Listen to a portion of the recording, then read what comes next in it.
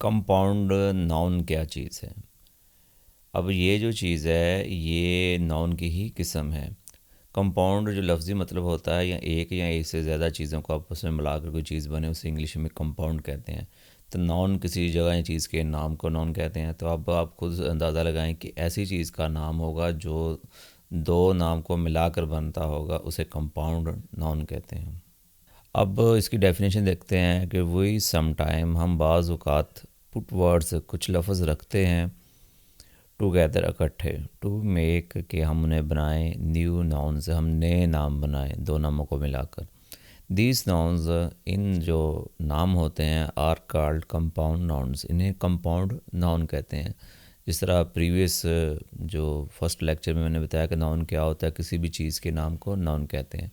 अब कंपाउंड दो नाम को मिलाकर अगर आप कोई चीज़ बनाते हैं तो उसे कंपाउंड नाउन कहते हैं। मैं आपको एग्ज़ाम्पल बताता हूँ। एग्ज़ाम्पल के अंदर रेन कोट आता है, उसके बाद स्टार फिश आती है। ये देखें, दो नामों को मिलाकर एक नाम बना है। और नेक्स्ट जो है वो हैंड बैग है, हैंड और बैग को इकट्ठा करके बनाया है। फिर टूथ पेस्ट है और टूथ ब्रश है। इसमें भी आप देखें कि दो जो नाम हैं उनको मिलाकर ये नाम बना है। ये सिर्फ मैंने आपको एग्जांपल दी, इससे ये मुराद नहीं कि सिर्फ यही है। इसके अलावा और भी जो दो नामों को मिलाकर एक नाम बनता है उसे कंपाउंड नाउन कहते हैं। अब जो इससे अगला है वो है कलेक्टिव नाउन। कलेक्ट मतलब चीज़ों को इकट्ठा करना, कलेक्ट करना। तो इसकी डेफिनेशन क्या है? सम नाउन्स, कुछ नाम ऐसे होते हैं रिफ़र, जिनसे मुराद क्या होता है, to a group of animals. या तो वो किसी ग्रुप एनिमल्स का यानी कि जानवरों का कोई ग्रुप होगा, या वो पीपल का ग्रुप होगा, और थिंग्स या किसी चीज़ों का ग्रुप होगा। अगर वो किसी चीज़ के ग्रुप को ज़ाहिर करता है, जैसे कि आर्मी है, तो वो क्या है? Collective noun. They are called collective noun.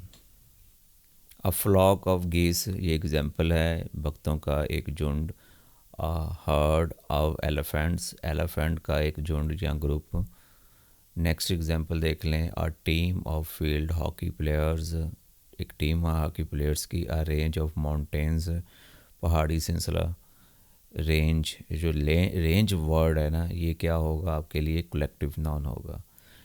आज का टॉपिक यहीं पर ख़त्म करते हैं। अगर आपके माइंड में कोई सवाल है तो आप कमेंट करके मुझसे पूछ सकते हैं। और अगर आपको ये लेक्चर पसंद है तो लाइक बटन पर ज़रूर क्लिक करें।